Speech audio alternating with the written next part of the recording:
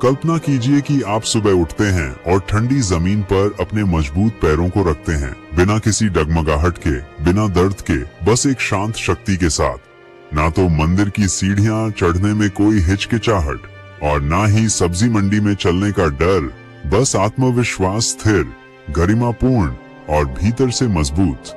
अधिकतर लोग यह नहीं समझते कि 60 की उम्र के बाद पैरों की यह चुपचाप कमजोरी केवल उम्र का असर नहीं है, यह एक चिकित्सकीय स्थिति भी हो सकती है, जिसे सार्कोपीनिया कहा जाता है। भारत के लगभग हर दूसरे बुजुर्ग को यह छुपा हुआ रोग प्रभावित करता है। यह कोई भाग्य नहीं है। चारपाई पर लंबे समय तक बैठने के बाद अकड़न, बैठी अवस्था से उठते समय संतुलन खो जाना या गिरने का डर, यह सब उम्र का हिस्सा नहीं बनना चाहिए। असल में एक शोध के अनुसार 70 की उम्र तक पहुंचते शरीर की मांसपेशियों का लगभग 40% भाग खो चुका होता है और अक्सर हमें इसका एहसास भी नहीं होता। पर अच्छी बात यह है कि इसे पलटा जा सकता है और यह शुरुआत होती है आपकी रसोई से।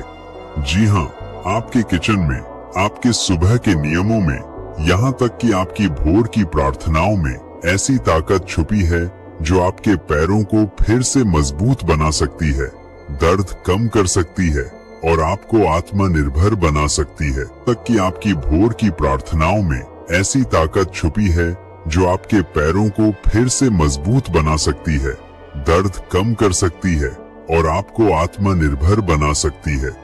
आपके पैर केवल शरीर का हिस्सा नहीं है।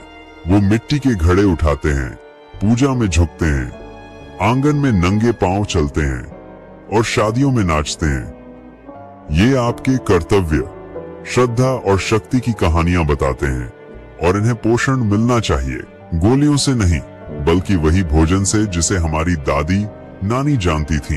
एक गरम चम्मच देसी घी, एक कटोरी मसूर दाल और सुबह की मंडी से लाई गई हरी सब्जियां। इस वीडियो में हम ऐसे 5 पवित्र पोषक तत्वों, विटामिन की बात करेंगे जो 60 के बाद आपके पैरों की रक्षा चुपचाप करते हैं। और अंत में मैं एक बोनस उपाय भी बताऊंगा, एक प्राकृतिक तत्व जिसे आजकल राम प्रसाद या आशा देवी जैसे बुजुर्ग नियमित रूप से ले रहे हैं, ताकत और मांसपेशियों की स्मृति को वापस पाने के लिए। और अगर आप परंपरा, ज्ञान और सामूहिक रूप से मजबूत होने की शक्ति में विश्वास रखते हैं तो इस चैनल के सदस्य बनने पर विचार करें। आपका साथ हमें ऐसे ही सार्थक वीडियो बनाने की प्रेरणा देता है।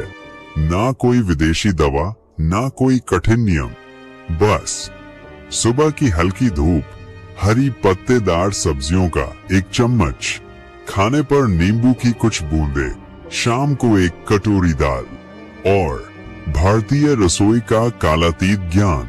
ये कोई विलासिता नहीं है, ये हमारी परंपरा है।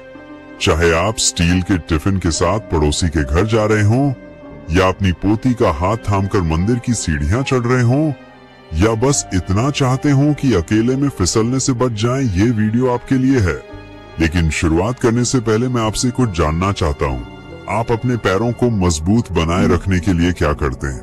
क्या आप आज भी आंगन में योग करते हैं? क्या आप सोने से पहले सरसों के गरम तेल से अपने पिंडलियों की मालिश करते हैं? या क्या आप सुबह की चाय के साथ सूरज की रोशनी में बैठकर मंत्रों का जाप करते हैं? कृपया कमेंट करें आपका ये छोटा सा रिवाज शायद किसी और के लिए प्रेरणा बन जाए। तो चलिए शुरू करते हैं। विटामिन सी, आपके पैरों का भुला हुआ रक्षक। कल्पना कीजिए, सुबह सुबह का समय है। आप अपने आंगन में नीम के पेड़ के नीचे बैठे हैं, हाथ में गर्म चाय, चेहरे पर हल्की धूप और पैरों में हल्कापन जैसे फिर से जवान हो गए हों। यह जो चुपचाप मिलने वाली ताकत है ना, इसकी शुरुआत एक ऐसे पोषक तत्व से होती है जिसे अक्सर नजरअंदाज कर दिया जाता है, विटामिन सी।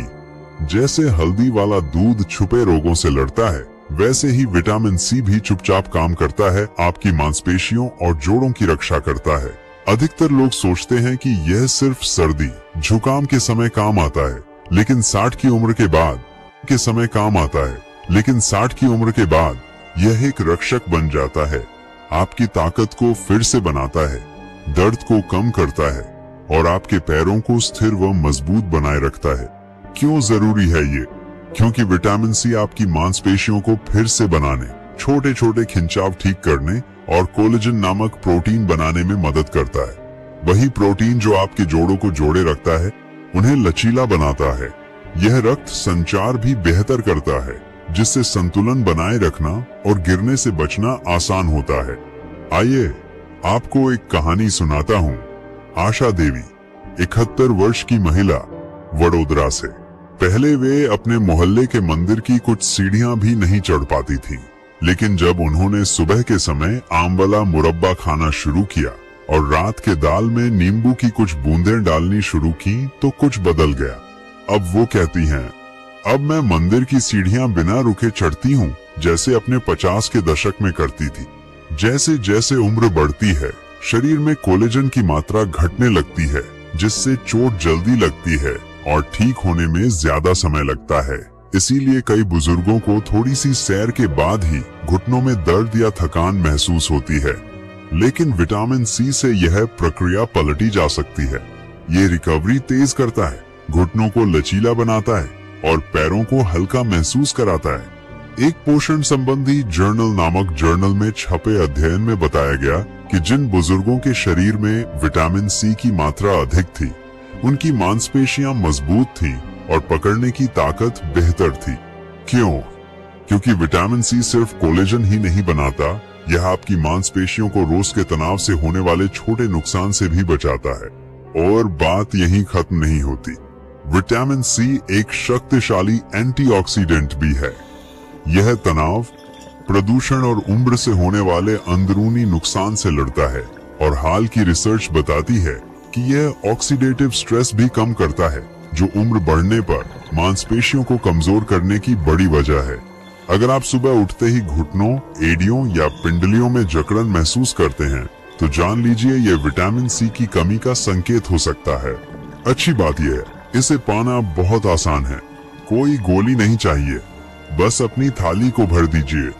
अमरूद पेरू, पपीता, आंवला, धनिया और नींबू से बनी हरी चटनी, दाल, सब्जी या सुबह के छाछ में नींबू का रस निचोड़ लीजिए। ये कोई महंगे उपाय नहीं है, ये हमारी खान पान की विरासत है।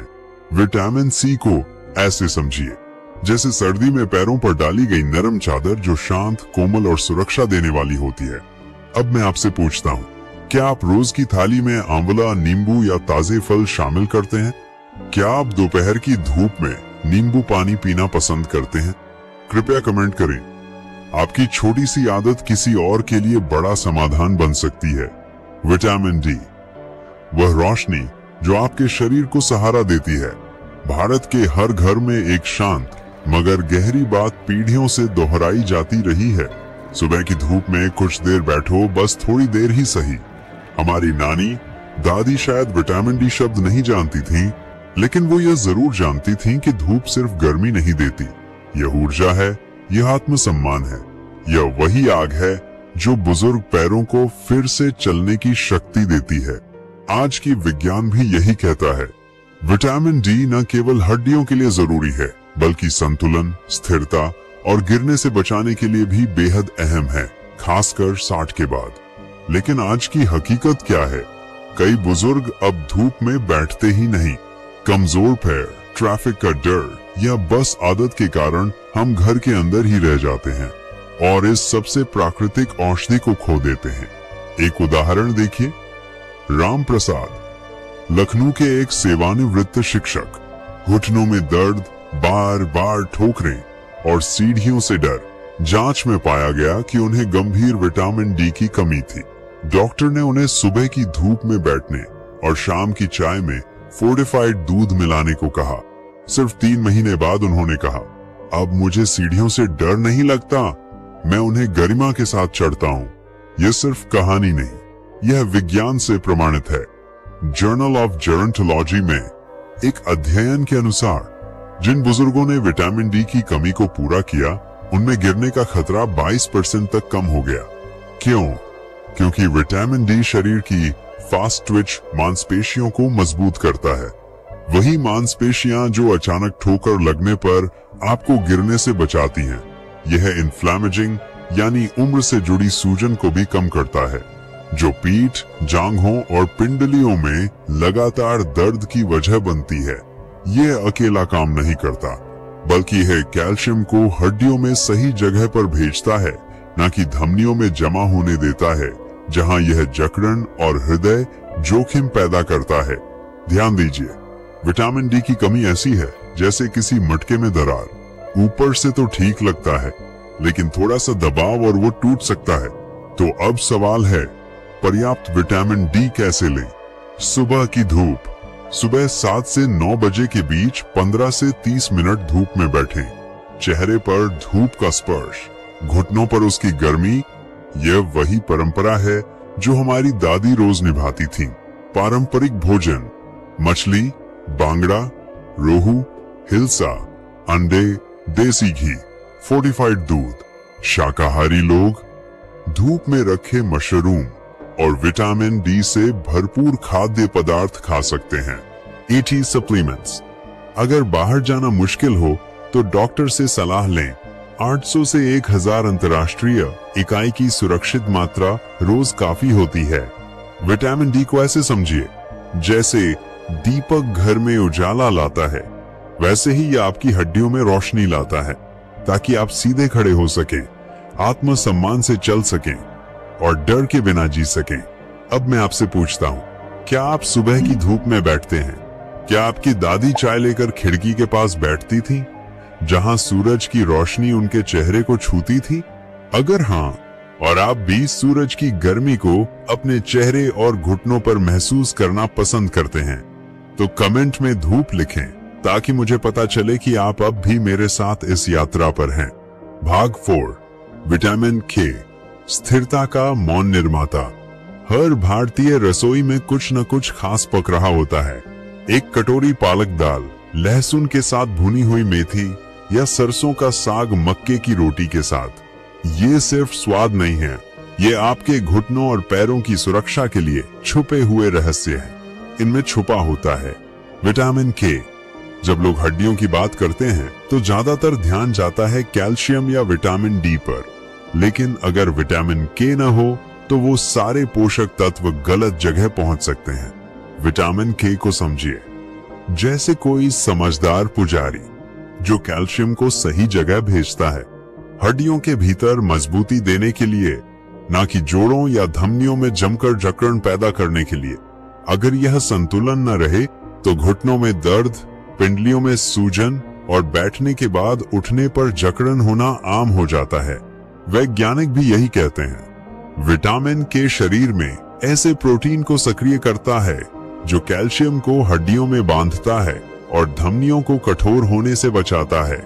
एक उदाहरण देखिए, मणिबेन, अहमदाबाद की 72 वर्षीय विधवा। वो पूरे